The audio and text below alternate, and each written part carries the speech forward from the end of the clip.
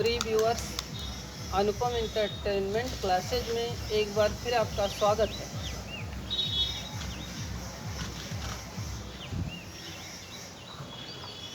तो आज हम लोग संज्ञा के विषय में सबसे पहले चर्चा करेंगे। तो ये हम जान लें कि किसी व्यक्ति, वस्तु,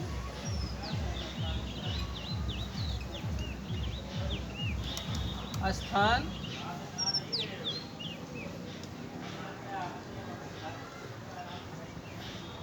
किसी व्यक्ति, वस्तु, स्थान आदि के नाम को संज्ञा कहते हैं। अर्थात वह या तो किसी व्यक्ति का नाम रहेगा, वस्तु का नाम रहेगा या स्थान का नाम रहेगा।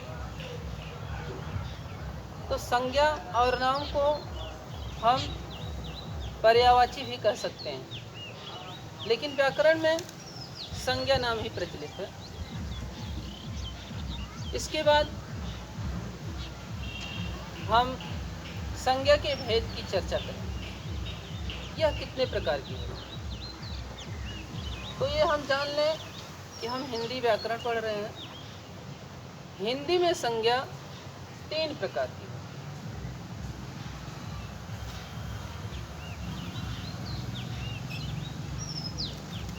संज्ञा के प्रकार की बात है तो यहाँ हम जान लें कि हिंदी में संज्ञा के 3 भेद होते हैं। हिंदी में संज्ञा के 3 भेद होते हैं। ये कौन कौन सी है? पहला है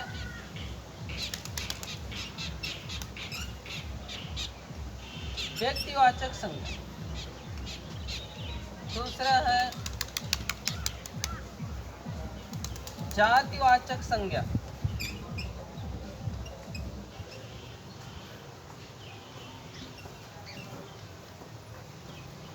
तीसरा है भाववाचक संज्ञा।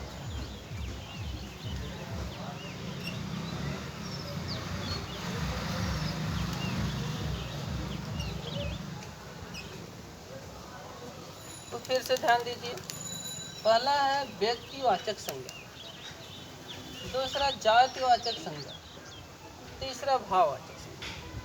तो हिंदी व्याकरण की दृष्टि से संज्ञा के 3 भेद होते हैं। तो अब हम जो पहला भेद है व्यक्तिवाचक संज्ञा, इसके बारे में चर्चा करेंगे।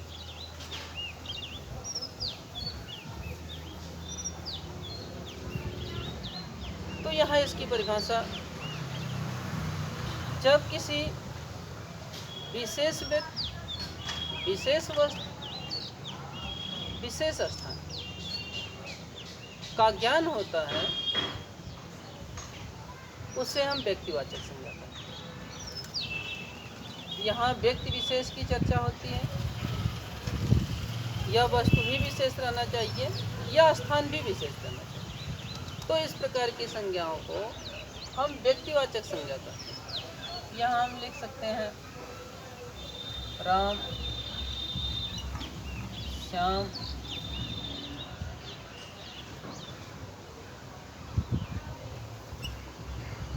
मोहन,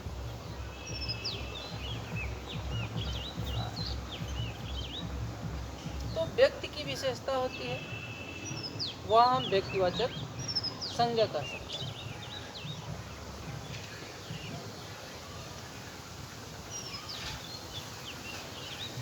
वस्तु में हम फलों का नाम दे सकते हैं, आम, अमरूद, तमाम फल। स्थान में राजधानी या प्रसिद्ध स्थलों का नाम दे सकते हैं, जैसे नई दिल्ली है। ऐतिहासिक स्थानों का नाम दे सकते हैं, आगरा है, जयपुर है, इत्यादि। अब संज्ञा के दूसरे रूप की चर्चा करेंगे।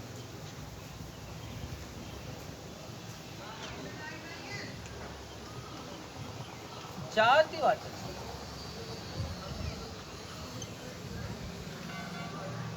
जैसा कि नाम से ही स्पष्ट है कि किसी व्यक्ति या वस्तु के, किसी व्यक्ति, वस्तु कि संपूर्ण जाति का बोध हो, तो इस प्रकार की संज्ञाओं को हम जातिवाचक संज्ञा कहते हैं। जैसे हम एक शब्द लिख रहे हैं नदी, पर्वत, पक्षी,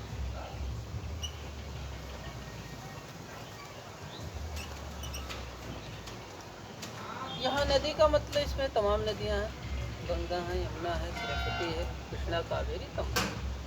पर्वत है, हिमालय पर्वत है,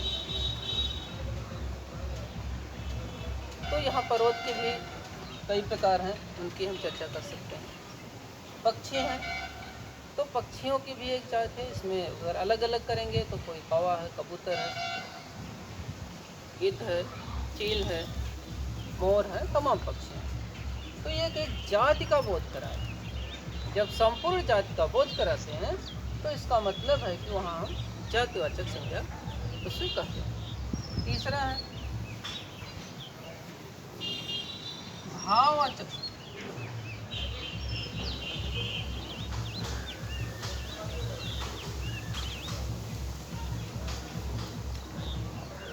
भाववाचक संज्ञा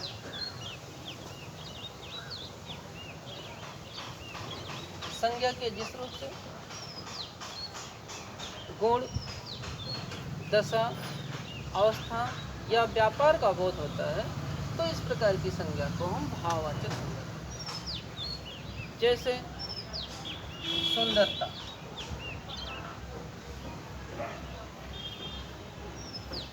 बुढ़ापा,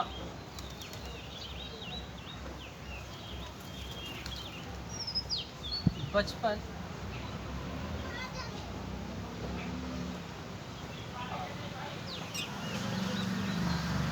तो यहाँ एक भाव का बोध हो रहा है, इसलिए इस प्रकार की संज्ञाओं, इस प्रकार के जो उदाहरण लिखे गए हैं, इनको हम भाववाचक संज्ञा की श्रेणी में रखते हैं। अब यहीं पर हम एक बात और जान लें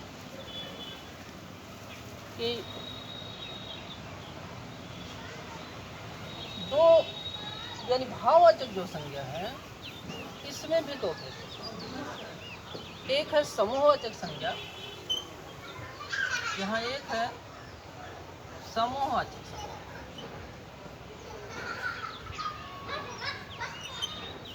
और दूसरा है पदार्थ। तो समूहवाचक संज्ञा हम उसे कहेंगे यानी किसी व्यक्ति, वस्तु के समूह का जब बोध होता है तो उसे हम समूहवाचक संज्ञा कहते हैं। तो यहाँ पर समूहवाचक में हम रखेंगे जैसे विद्यार्थी,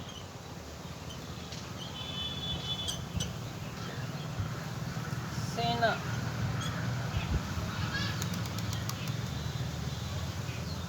विद्यार्थी है, सेना है,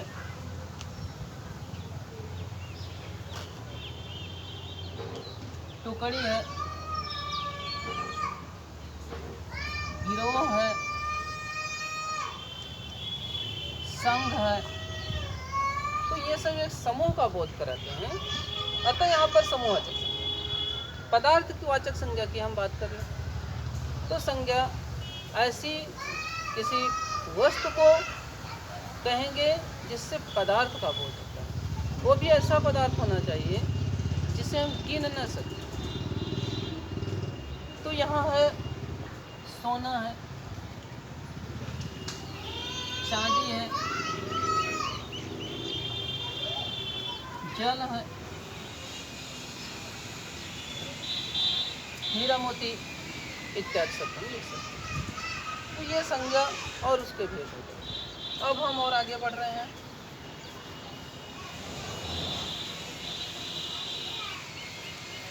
सर्वनाम की चर्चा।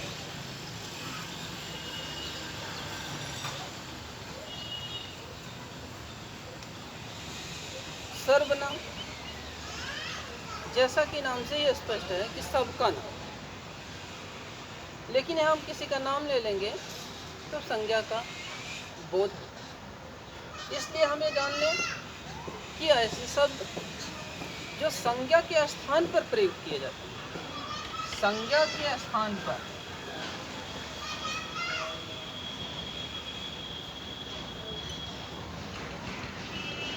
ऐसे शब्द जो संज्ञा के स्थान पर प्रयोग किए जाते हैं उन्हें हम सर्वनाम कहते हैं। जैसे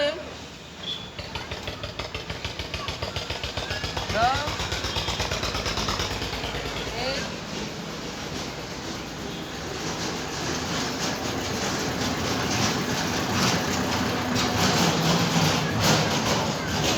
विद्यार्थी है, वह प्रतिदिन विद्यालय आता है।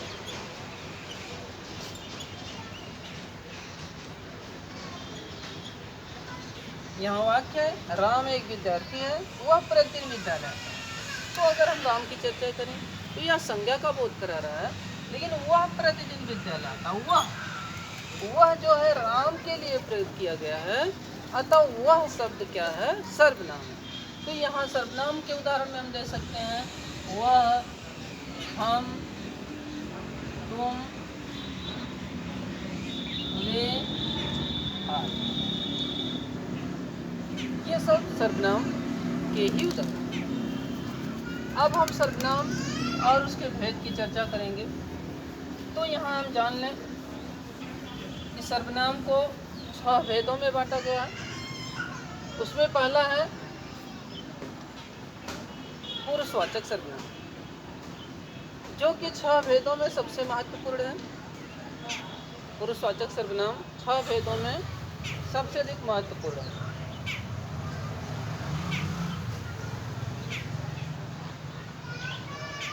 तो यहाँ पुरुषवाचक सर्वनाम की परिभाषा, वक्ता, श्रोता या अन्य। पुरुषवाचक सर्वनाम उसे कहते हैं वक्ता, श्रोता या अन्य जिसके विषय में चर्चा की जाती है, वो पुरुषवाचक सर्वनाम होता है। अब पुरुषवाचक सर्वनाम को हम 3 भेदों में बांटते हैं। पहला है उत्तम पुरुष, दूसरा है मध्यम पुरुष,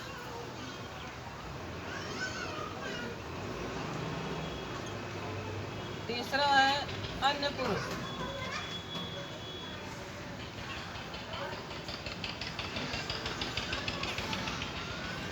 उत्तम पुरुष, मध्यम पुरुष तथा अन्य पुरुष।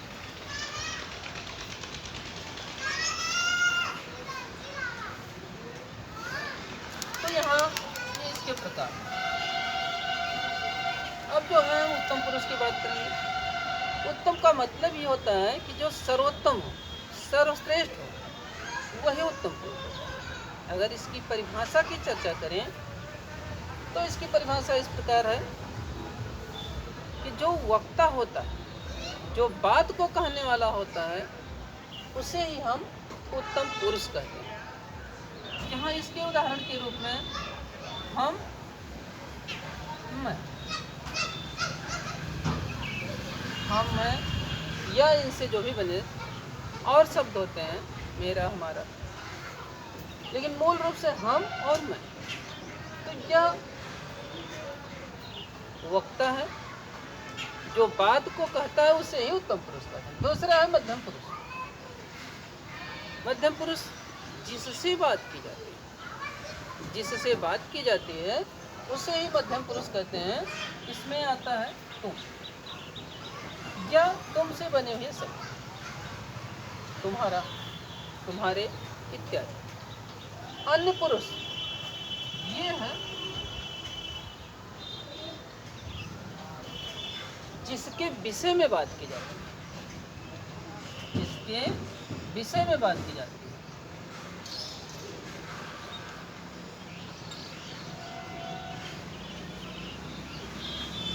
तो जिसके विषय में बात की जाती है उसे ही हम अन्य पुरुष कहते हैं। इसमें आते हैं वह, वे, आज, इसी प्रकार से। तो ये तीनों हो गए कि उत्तम पुरुष, मध्यम पुरुष तथा अन्य पुरुष। तो चैनल को सब्सक्राइब और लाइक अवश्य करें। धन्यवाद।